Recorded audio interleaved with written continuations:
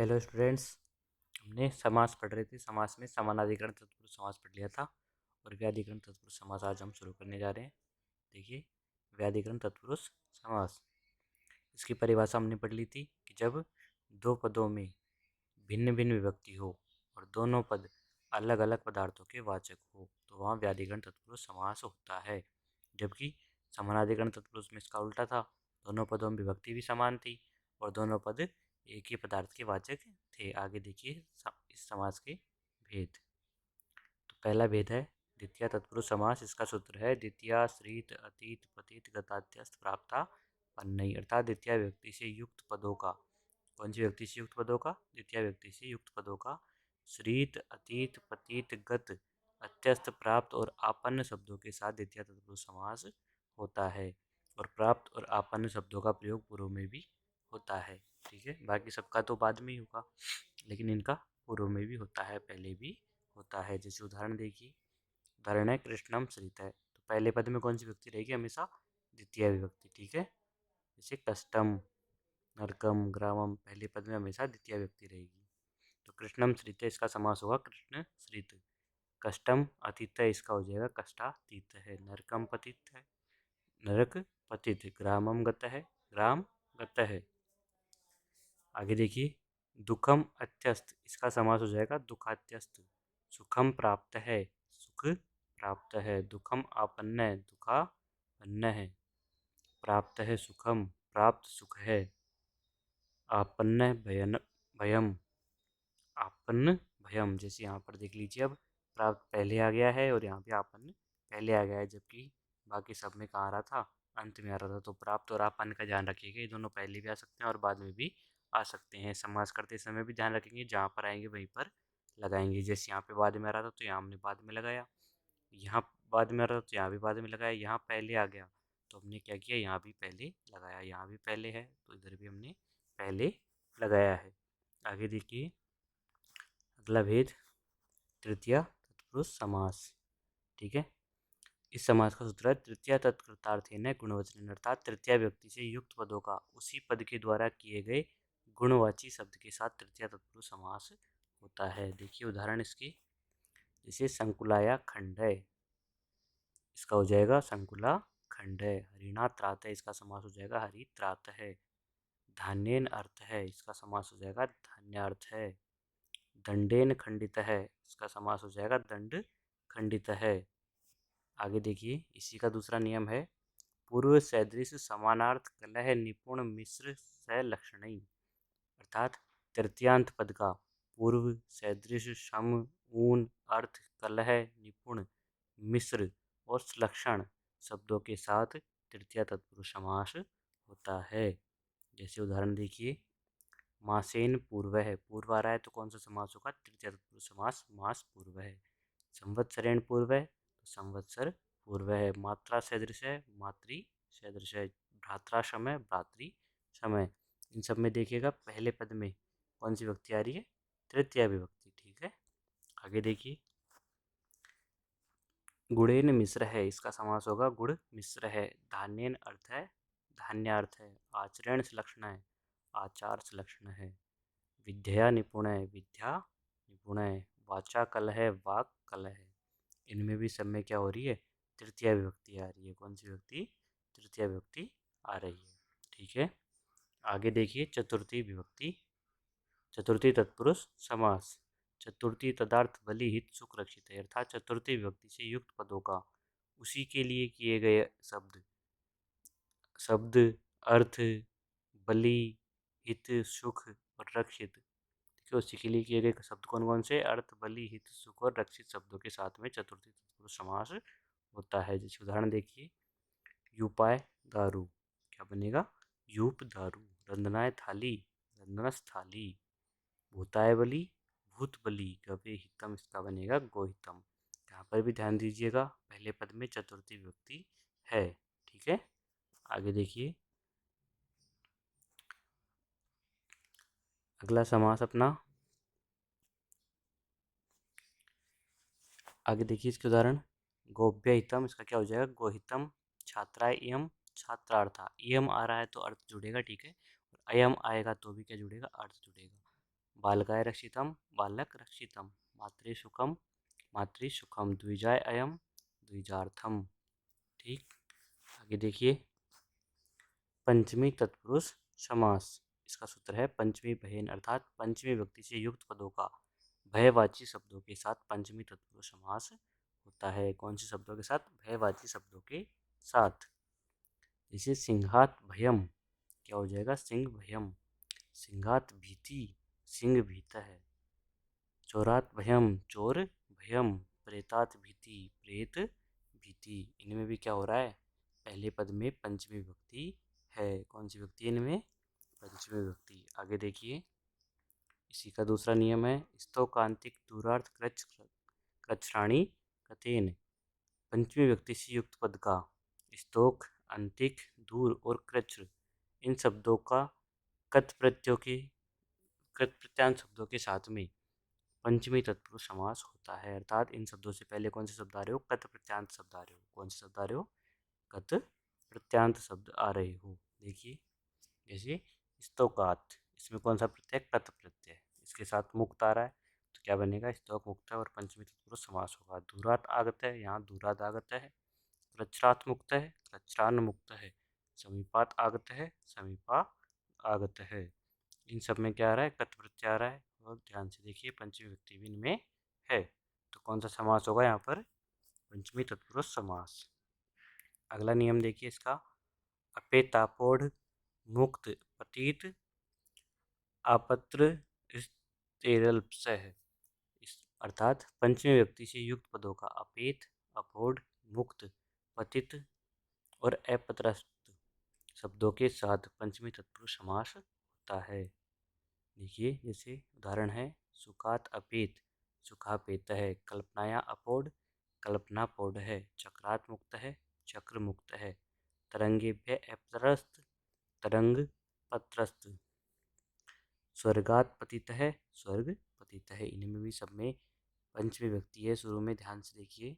ठीक है, वचन अलग अलग हो सकते हैं, विभक्ति कौन सी रहेगी? पंचमी। अगला समास है षष्ठी तत्पुरुष समास। इसका सूत्र है षष्ठी अर्थात षष्ठी व्यक्ति से युक्त पदों का समर्थ सुबंत के साथ षष्ठी तत्पुरुष समास होता है। अर्थात कौन सी रहेगी? षष्ठी व्यक्ति रहेगी पहले पद में। विद्याया अर्थी, यहाँ बनेगा विद्यार्थी। क्या बनेगा? विद्यार्थी बनेगा, ध्यान रखना। अगर विद्याया आलय होगा तो विद्यालय होगा। ठीक है, आगे देखिए, राज्य पुरुष है, राज पुरुष है। हिमस्य आल है, हिमालय है। देवानाम कन्या, देव कन्या। वनस्य औषधि, वनौषधि। ठीक है, इनमें भी क्या हो रहा है? षष्ठी विभक्ति आ रही है सब में। शुरू में कौन सी विभक्ति आ रही है इनमें? षष्ठी विभक्ति। और बाद वाले जो शब्द है वो क्या है? सारे के सारे सुबंत है। ठीक है, आगे देखिए, सप्तमी तत्पुरुष समास। इसका सूत्र है सप्तमी सौंडई। सप्तमी व्यक्ति से युक्त पदों का सौंड आदि शब्दों के साथ सप्तमी तत्पुरुष शब्द समास होता है। देखिए उदाहरण, भाषणे कुशल है, भाषण कुशल है। तर्के प्रवीण है, तर्क प्रवीण है। अक्षय सुसौंड है, अक्ष सौंड है। शास्त्री पंडित है, शास्त्र पंडित। यहाँ विसर्ग लगेगा, ध्यान रखना। ठीक है, आगे देखिए, व्याकरण निपुण है, व्याकरण निपुण है। इनमें सब में क्या रहा है? यहाँ पर कौन सी व्यक्ति आ रही है? सप्तमी व्यक्ति। ठीक है, और बाद में ये जो सारे शब्द आ रहे हैं इनको सौंड आदि शब्द कहते हैं। ये सारे के सारे क्या है? सौंड आदि शब्द है। आगे देखिए, इसी का दूसरा नियम, सिद्ध शुष्क पक्व बंधन निश्चय। अर्थात सप्तमी व्यक्ति से युक्त पदों का सिद्ध, शुष्क, पक्व और बंधन शब्दों के साथ सप्तमी तत्पुरुष समास होता है। जैसे देखिए, ग्रामे सिद्ध है, ग्राम सिद्ध है। आतपी शुष्क है, आतप शुष्क है। स्थाल्याम पक्व है, स्थाली पक्व है। ग्रहे बंध है, ग्रह बंध है। क्षेत्रे बंध है, क्षेत्र बंध है। सभी में पहले कौन सी व्यक्ति आ रही है? सप्तमी। ठीक है, और बाद वाले शब्द जो है वो सूत्र के अनुसार है ही। आगे देखिए, नया तत्पुरुष समास। कौन सा समास? नया तत्पुरुष समास। इसका सूत्र है नया। नए अव्यय का सुबंत के साथ नए तत्पुरुष समास होता है। अर्थात नए अव्यय होगा, वहाँ पर नए लिखा हुआ होगा अगर न के बाद में व्यंजन आए तो न के स्थान पर क्या होता है, ए होता है, और न के बाद में स्वर आए तो न के स्थान पर अन होता है। जैसे उदाहरण देखिए, न अस्व, यहाँ न के बाद ए आ रहा है तो न के स्थान पर क्या होगा, अन होगा, क्योंकि स्वर है ए तो अनस्व है। न ईश्वर है, यहाँ भी स्वर आ रहा है तो अनिश्वर है। न उपयुक्त है, यहाँ भी स्वर आ रहा है तो अनुपयुक्त है। न सत्यम, यहाँ व्यंजन आ रहा है तो सिर्फ ए होगा, ए सत्यम। न धर्म है तो क्या हो जाएगा, ए धर्म है। ठीक है, आगे देखिए, उपपद तत्पुरुष समास। इसका सूत्र है उपपद मतिंग है। इस समास में पूर्व पद संज्ञावाची तथा उत्तर पद कृत प्रत्यांत होगा। कृत प्रत्यांत अर्थात धातु से निर्मित होगा। किससे निर्मित होगा, धातु से, अर्थात पहले तो संज्ञा होगी बाद में धातु होगी। जैसे देखिए, कुंभम करोति, यहाँ पर पहले क्या आ रही है, पहले शब्द आ रहा है और बाद में धातु। यहाँ भी जलम ददाति में बाद में धातु आ रही है, सब में बाद में क्या आ रही है, धातु। ये कौन सा समास है, उपपद तत्पुरुष समास। देखिए इसके उदाहरण, कुंभम करोति का कुंभकार है, जलम ददाति जलद है, यशम ददाति यशोदा, मनसी जाता है मनोज है, गाम ददाति गोद है। आगे देखिए, प्रादि तत्पुरुष समास। इस समास में प्रादि उपसर्गों के साथ सुबंत शब्दों का समास होता है। प्रादि किसको कहते हैं, जो 22 उपसर्ग होते हैं संस्कृत में, प्राय प्राप सम, वो सारे के सारे क्या होते हैं, प्रादि कहलाते हैं। इसके उदाहरण देखिए, शोभन है पुत्र है, क्या बनेगा, सुपुत्र है। प्रगत है आचार्य, प्राचार्य है। प्रकृष्टो यत्न है, प्रयत्न है। श्रेष्ठा कन्या, सुकन्या। सुष्ठुक्ति, सुक्ति। इनमें ध्यान दीजिएगा, जब भी समास कर रहे हैं तो शुरू में प्रादि उपसर्ग जो होते हैं वो उपसर्ग आ रहे हैं, और यहाँ पर उन शब्दों का, उन उपसर्गों का अर्थ आ रहा है सबका। ठीक है, जब उपसर्ग पढ़ेंगे हम तो अर्थों के साथ पढ़ेंगे। ये हमारा प्रादि तत्पुरुष समास हो गया। इसका दूसरा नियम देखिए, कुगति प्रादय, अर्थात कुचित अर्थ वाले अव्यय का विषय के साथ तत्पुरुष समास होता है। ठीक है, कुचित के बाद अगर व्यंजन आएगा तो कुचित को कु होता है, और कुचित के बाद स्वर आएगा तो कुचित को कत होता है। और अगर कुचित का प्रयोग थोड़े अर्थ में होगा तो क्या होगा, कुचित को स्थान पर का हो जाएगा। जैसे इसके उदाहरण देखिए, कुचित है पुरुष है, कुचित है पुरुष है, व्यंजन आ रहा है तो क्या बन जाएगा, कुपुरुष है। और अगर कुचित का मतलब थोड़ा लेंगे, थोड़े पुरुष ऐसा मानेंगे अर्थ, तो का पुरुष है। कुचित है अन्नम, ए आ रहा है स्वर तो कत हो जाएगा, और यहाँ पर कदन्नम। कुचित है माता, व्यंजन आ रहा है तो कु रहेगा कुमाता। कुचित है पथ है व्यंजन, लेकिन कुचित का अर्थ क्या है यहाँ पर, थोड़ा, तो क्या हो जाएगा, कापत। कुचित है औष्णम, यहाँ पर भी क्या हो जाएगा, का हो जाएगा, और ऊ मिलके गुण संधि होके कोष्णम बनेगा। ठीक है, आगे देखिए, द्वंद्व समास। अगला समास है हमारा द्वंद्व समास। का सूत्र है, प्रायण उभय पद प्रधानो द्वंद्व है। जिस समास में प्राय क्या हो, दोनों पद प्रधान होते हैं, वो द्वंद्व समास होता है। दूसरा नियम है, चार थे द्वंद्व है। द्वंद्व समास चय अर्थ में होता है, चय का मतलब होता है और। ठीक है, द्वंद्व समास के भेद देखिए, इतरेतर द्वंद्व, समाहार द्वंद्व और एक शेष द्वंद्व, ये तीन भेद होते हैं द्वंद्व समास के। देखिए आगे, इतरेतर द्वंद्व समास, जब समास के दोनों पद अलग अलग रूप से प्रधान हो तो वहाँ इतरेतर द्वंद्व होता है, क्योंकि इतर इतर का मतलब क्या हो जाएगा, अलग अलग, और इतर इतर मिलके तो इतरेतर बनता है, तो इनका अर्थ ही अलग अलग होता है शब्द का ही। तो समास में भी क्या होगा, जो दोनों पद रहेंगे उनके अलग अलग अर्थ रहेंगे, दोनों अलग अलग रूप से प्रधान रहेंगे। इतरेतर द्वंद्व समास युक्त पद द्विवचन या बहुवचन में पाया जाता है। हमेशा जब भी समास होगा, जो भी शब्द बनेगा वो या तो द्विवचन का बनेगा या फिर बहुवचन का बनेगा। जैसे देखिए, रामश्च लक्ष्मणश्च, तो राम लक्ष्मणौ, अभी एक एक वचन के थे यहाँ। ठीक है, यहाँ पे ऐसे था राम है च लक्ष्मण है च, लेकिन हमने विसर्ग संधि में पढ़ा था कि च आ रहा है बाद में तो विसर्ग के स्थान पर से हो जाता है, उस तरह से यहाँ से हो गया, और क्या बन गया, रामश्च लक्ष्मणश्च। यहाँ राम लक्ष्मणौ द्विवचन का बन गया। हरिश्च हरश्च, यहाँ द्विवचन का हरि हरौ। रामश्च कृष्णश्च, राम कृष्णौ। विष्णुश्च रुद्रश्च, विष्णु रुद्रौ। रामश्च लक्ष्मणश्च भरतश्च, राम लक्ष्मण भरतः। अब ये भी ध्यान रखिएगा, इसमें दो पदों के अलावा काफ़ी पद हो सकते हैं, लेकिन सारे मिलके, जैसे अगर दो से ज़्यादा पद है तो बहुवचन हो जाएगा, अगर दो पद है तो द्विवचन हो जाएगा, और दो पद समास में कम से कम होते हैं, इसलिए कभी भी एक वचन नहीं बनेगा। उष्ट्रश्च खरश्च उष्ट्र खरौ, अश्वश्च रथश्च अश्व रथौ, इंद्रश्च अग्निश्च इंद्राग्नि, शिवश्च केशवश्च शिव केशवौ, ईशश्च कृष्णश्च ईश कृष्णौ, यवश्च मासश्च यव मासौ। ठीक है, द्विवचन के बन गए सारे। फिर अगला समास है हमारे पास समाहार द्वंद्व समास। जब समास के दोनों पद सामूहिक रूप से प्रदान हो तो वहाँ समाहार द्वंद्व समास होता है। जबकि इतरेतर में क्या था, दोनों पद अलग अलग रूप से प्रदान थे, यहाँ पर कैसे रहेंगे, दोनों पद सामूहिक रूप से प्रदान रहेंगे, दोनों बराबर प्रदान रहेंगे। इस समास में संग्रह का भाव होता है, मतलब इसमें जो भी शब्द होगा, जो भी शब्द बनेगा समास करने के बाद, उससे संग्रह का भाव आएगा। समाहार द्वंद्व समास युक्त पद नपुंसकलिंग में होता है हमेशा। कौन से लिंग में होता है? नपुंसकलिंग में। जैसे देखिए उदाहरण, पाणिचे पादौचे शब्द बनेगा पाणी पादम, ये नपुंसकलिंग का है। ठीक है, और द्विवचन का बनेगा यवश्च चणकश्च यव चणकम, शिरश्च ग्रीवाच शिरो ग्रीवम, काकश्च उल्लूकश्च काको लुकम, सुखम च दुखम च सुख दुखम।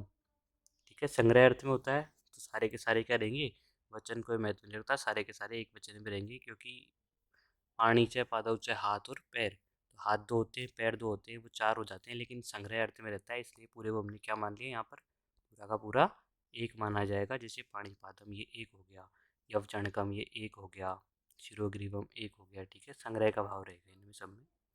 आगे देखिए, युका च लिक्षा च, युका लिक्षम, मार्जारस्य मूस्कस्य मार्जार मूस्कम, वंशी च वीणा च वंशी वीणम, अहिश्च नकुलश्च अहि नकुलम, शुक्लस्य कृष्णस्य शुक्ल कृष्णम, जीवनम च मरणम च जीवन मरणम। ठीक है, अगला समास है एक से द्वंद्व समास। ठीक है, इसको समझिए, जब समास में दो या दो से अधिक पदों में एक ही पद रह जाता है तो वहाँ एक से द्वंद्व समास होता है। जब सब क्या होगा इसमें, देखिए समान रूप वाले पदों में एक ही पद शेष रहता है, उनमें समान विभक्ति होती है। जब एक जैसे ही दो तीन शब्द आ जाए तो वो सारे मिलके क्या हो जाते हैं, एक ही शब्द बचता है उनमें से। पुल्लिंग व स्त्रीलिंग के शब्दों में पुल्लिंग का शेष रहता है, और संज्ञा और सर्वनाम में सर्वनाम शेष रहता है, ये भी ध्यान रखिएगा। जैसे देखिए, शिवस्य शिवस्य, दो एक जैसी शब्द आए हैं, दोनों मिलके द्विवचन का बन जाएगा शिवौ। रामस्य रामस्य रामस्य, तीन शब्द आए एक जैसी, बहुवचन का बन जाएगा रामः। हरिश्च हरिश्च हरिश्च, तीन शब्द आए एक जैसे, तो बहुवचन का बन जाएगा हर्यः। वृक्षस्य वृक्षस्य, एक वचन के दो शब्द, तो द्विवचन का हो जाएगा वृक्षौ। गर्गश्च गार्गी च, क्या बन जाएगा गर्गौ, एक स्त्रीलिंग का है एक पुल्लिंग का है। ठीक है, एक पुल्लिंग है और एक स्त्रीलिंग है, तो यहाँ पर हमारे पास क्या बचा, पुल्लिंग बचा। कौन सा लिंग बचा, पुल्लिंग बचेगा, ध्यान रखना। आगे देखिए, पुत्रश्च पुत्री च, तो पुत्रौ पुल्लिंग का बचेगा। माता च पिता च पितरौ, किसका बचेगा, पुल्लिंग का बचेगा। स च देवदत्तश्च, तो यहाँ पर तौ, क्योंकि सर्वनाम बचेगा। यश्च रामश्च सोहनश्च, बहुवचन का बन जाएगा ये, और क्या बचा यहाँ पर, सर्वनाम बचा। ठीक है, भ्राता च स्वचा च भ्रातरौ, यहाँ भी पुल्लिंग का बचेगा। बालकश्च बालिका च बालकौ, पुल्लिंग का बचेगा, ध्यान रखना। अगला समास है बहुव्रीहि समास। प्रायण अन्य पद प्रधानो बहुव्रीहि, बहुव्रीहि समास में प्राय अन्य पद प्रधान होता है, ठीक है, कोई सा पद प्रधान नहीं होता। बहुव्रीहि समास का विग्रह करते समय यत सर्वनाम के रूपों का प्रयोग करते हैं। कौन से सर्वनाम के, यत सर्वनाम के रूपों का प्रयोग करते हैं। आगे देखिए इसके उदाहरण, महांतौ भाऊ यस्य स, महाभाऊ अर्थात विष्णु। ठीक है, क्या होगा यहाँ पर, अन्य पद प्रधान रहेगा, तो महांतो और बाहु दोनों का मतलब नहीं है, अर्थ अलग ही अर्थ क्या निकला, विष्णु निकला, इसलिए ये कौन सा समास है, बहुव्रीहि समास। और यहाँ पर सब में क्या होगा, किसका प्रयोग करेंगे हम, सब में यत शब्द का प्रयोग करेंगे, सर्वनाम शब्द का, तो यश्य यस्मात् यस्यासा ऐसे शब्द आएंगे, इसमें ध्यान रखना। ठीक है, 10 आननानि यस्य से, 10 आनन है, अर्थ हो जाएगा रावण। पीतम अम्बरम यस्य से, पीताम्बर है, अर्थ हो जाएगा कृष्ण। चत्वारि मुखानि यस्य से, चतुर्मुख, अर्थ हो जाएगा ब्रह्मा। चक्रम पाणौ यस्य से, चक्रपाणि, चक्रपाणि कौन, विष्णु। आगे देखिए, शूलम पाणौ यस्य से, शूलपाणि, इसका अर्थ हो जाएगा शिव। चंद्र इव मुखम यस्य सा चंद्रमुखी, इसका अर्थ हो जाएगा नारी। पाषाणवत हृदय यस्य से पाषाण हृदय, इसका अर्थ हो जाएगा कोई भी पुरुष जिसका पत्थर के जैसा हृदय हो। कमलम इव नेत्रे यश से कमल नेत्र है कोई भी ऐसा पुरुष जिसके कमल के जैसे नेत्र हो। चंद्र है शेखरी यश से चंद्रशेखर, अर्थ हो जाएगा शिव। लंबम उदरम यश से लंबोदर है अर्थात गणेश। ठीक है, आगे देखिए प्राप्तम उद्गम यश से यम से प्राप्त उद्ग है कोई भी देश हो जाएगा। ठीक है, जीतानी इंद्रियाणी यश से जितेंद्रिय कोई भी ऐसा पुरुष जिसने इंद्रियों को जीत लिया हो। विगतय धव यश से विधवा। निर्गतय धनम यश यस्मात् से निर्धन है। कमलम इव नयनम यशासा कमल नयनी। मीनय इव यक्षिणी यशासा मीनाक्षी। ठीक है, तो आगे देखिए केवल समास। इस समास को अधिकतर पढ़ा नहीं जाता, कई विद्वान इसको पढ़ाते हैं कई नहीं पढ़ाते, ध्यान रखना आपके सिलेबस में हो तो ही पढ़ना। विशेष संज्ञा विनिर्मुक्त है केवल समास है, अर्थात विशेष संज्ञाओं से रहित समास केवल समास होता है। अर्थात जिसमें कोई भी समास नहीं होता वहाँ पर कौन सा समास होता है, केवल समास होता है। इसके कुछ उदाहरण है देखिए। पूर्वम भूत है, क्या बन जाएगा, भूतपूर्व है। वागर्थौ इव, वागर्था इव। जीमुतस्यैव, जीमुतस्यैव। अधमय ऋण है, अधमर्ण है। उत्तमय ऋण है, उत्तमर्ण है। इस तरह से हमारे समास पूरे हो गए हैं। ठीक है।